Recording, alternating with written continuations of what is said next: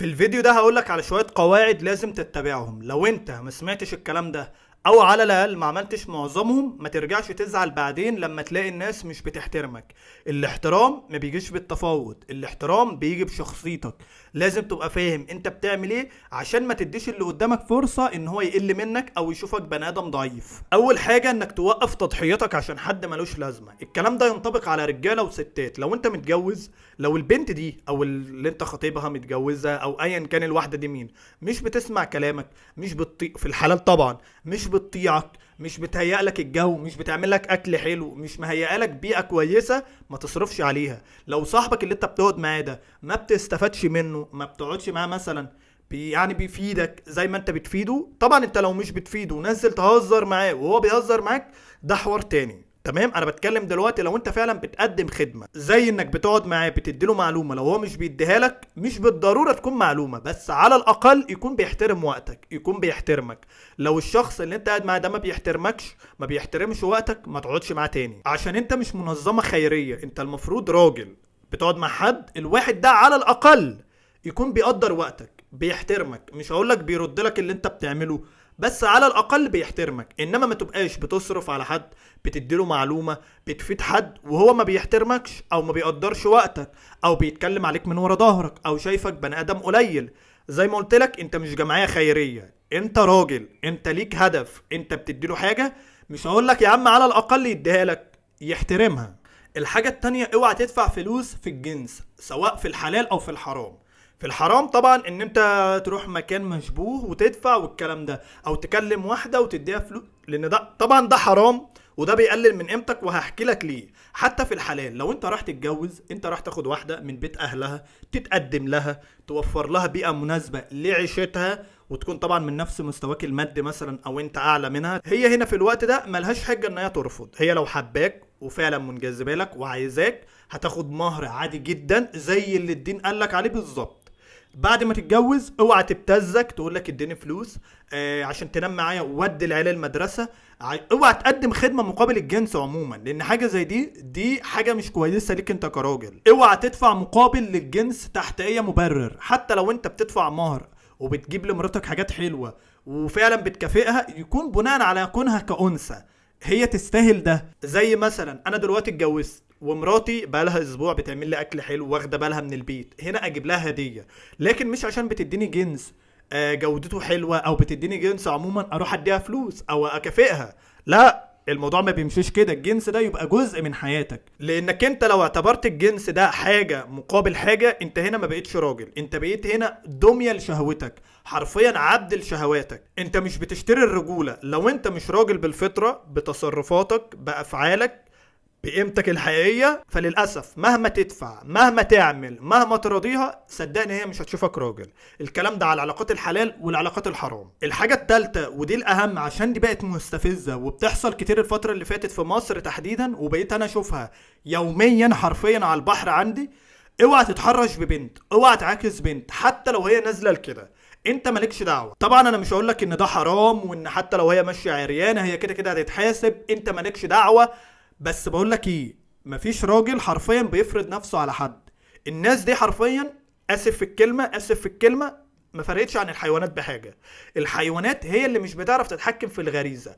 انت راجل عندك غريزه، ربنا خلقك بشهوه بسيطه، ربنا خلقك بقدره، روح اتجوز يا حبيبي، شوف الدين بيقول ايه، ادفع مهر، خد واحده بنت ناس، خليك راجل، ما تخلاش تتحكم فيك، ما تخلاش تقل منك، وانت هتشوف اللي ايه المعامله الحلوه اللي بجد. في الحاله دي انت خدت الجنس وبالحلال، وهنا انت مش مضطر تعمل فعل غير اخلاقي ولا حاجه. لان الناس اللي بيتحرشوا بحد او بيفكروا يبصوا، دول بالنسبه لنا مع احترامي لاي حد، لو حد هنا بيتفرج عليا بيعمل كده، لان لو حد بيتفرج عليا بيعمل كده يا ريت ما ياخدش مني نصايح. في الحاله دي حرفيا مكانه السجن. انا بشوف كل واحد بيتحرش بواحده، حتى لو البنات كلهم ماشيين عريانين، حرفيا ما ينفعش يطلع في الشارع. حتى لو البنات هي اللي ماشيه كده، حتى اقول لك على حاجه، حتى لو البنت عايزاك تتحرش بيها وهي مبسوطه، ما ينفعش انت كراجل تعمل كده. الحاجه الرابعه، ان لما حد يقول لك سر، اوعى تطلعه لحد، حتى لو هو بني ادم قذر، حتى لو انت قطعت معاه. هنا انت لازم السر ده حرفيا انت تنساه، انت ما تفكرش فيه. مش قصة بقى تستغله، ولا لمجرد ان هو مثلا عمل معاك حركة وحشة، حركة مش كويسة، تروح تطلع السر ده بره. صدقني دي حاجات مش من الرجولة. على فكرة من شرف الذكورة ان انت تحفظ اسرار غيرك، تشوف ولا كأنك شفت حاجة، ما تروحش تقعد تتكلم كتير. الرجاله اللي بجد بيحموا الاسرار دي. هو البني ادم ده لو طلع سر عنك انت برضو كنت حكيهوله، او هو شافه وطلعه، ده حوار تاني. انت ممكن بقى تطلعها واحده مقابل واحده، حاول يقل منك قدام حد فانت بتفكره باصله، ده قصه تانية. انما انا اجي اديك سر او اديك حاجه فانت تروح تطلعها كده لمجرد ان حصل بينا مشكله. بتحصل بين وخلي بالك اي اتنين بيحصل بينهم مشاكل عادي جدا على فكره، حتى مع مراتك، مع صاحبتك، مع امك، مع اخوك، مع اي حد. ده طبيعي. فده مش مبرر ان اي حد يعمل معاك مشكله، حتى لو كان هو غلطان او هو مثلا غلطان في حقك تروح تطلع سر بينك وبينه، لان دي حاجات مش من الرجوله. وهرجع اكررها لك، الرجوله من اساسياتها انك تحفظ اسرار غيرك، تاخد السر ولا كأنك سمعت حاجة. الحاجة الخامسة، اوعى تعيش على امل انك انت تخلي اللي قدامك ده يعجب بيك، او من الاخر يقول ده احمد مصطفى واو، ده محمد ده شكله جاي، ايه ده جايب البراند ده منين. اوعى تعمل كده. الحاجة الوحيدة اللي تسعى ليها انك تخلي اللي قدامك ده يحترمك. لو ما كانش بمزاجه يبقى غصب عنه، ولو ما كانش غصب عنه يبقى تبعد عنه احسن. انما حوار انك تجيب لبس كل يومين عشان تعجب الناس وتبين ان انت شخص غني وان انت معاك فلوس، وبتبين ان انت مثلا بتجيب وبتلبس وبتعمل اللي انت عايزه في مقابل ان انت بتضيع فلوسك، فلا ما تعملش كده احسن. وعموما الحاجات دي ما بتهتمش بالرجاله اللي قيمتهم عاليه.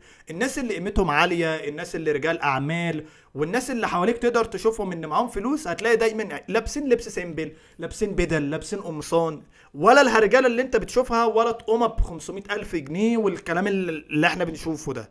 الناس دي عارفه ان هم لو حاولوا يخلوا الناس تعجب بيهم حرفيا ده اسرع طريقه تخليك تفقد فلوسك كلها. حاول على قد ما تقدر تخلي الاحساس ده ما يتملكش منك.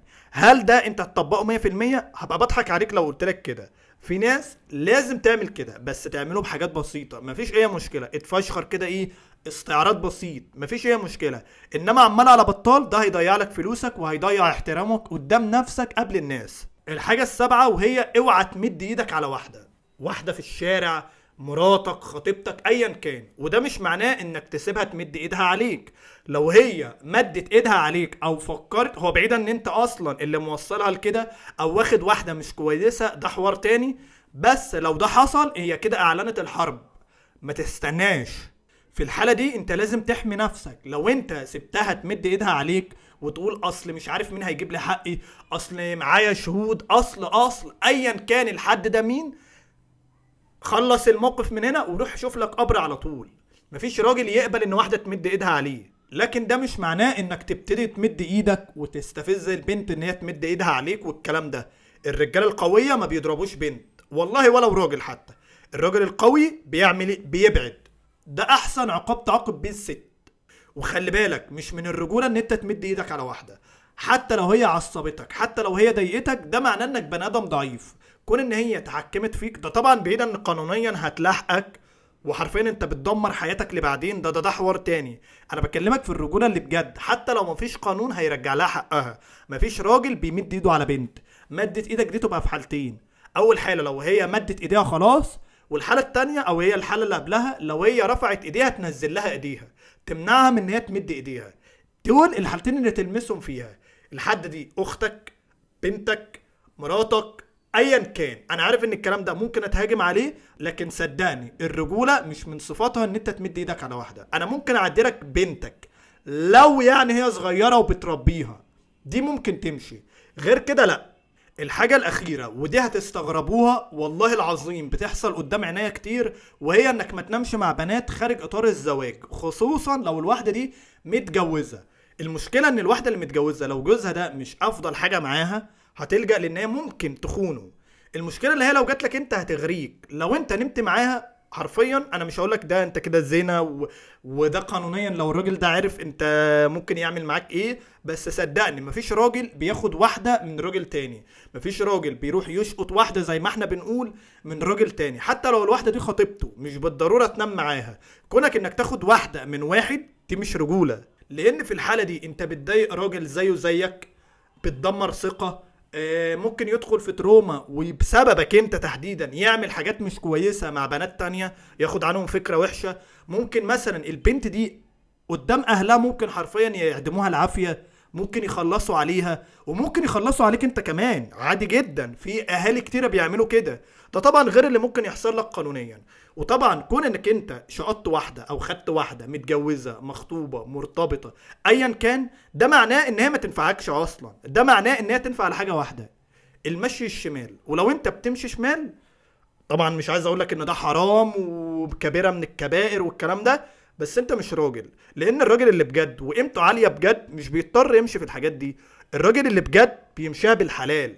روح يا عم تقدم زي ما قلت لك وادفع مهر واتجوز. انت راجل قيمتك عالية، هات شقة، اتجوز واحدة واتنين وتلاتة واربعة. مش انت قيمتك عالية وراجل، ورينا رجولتك بقى.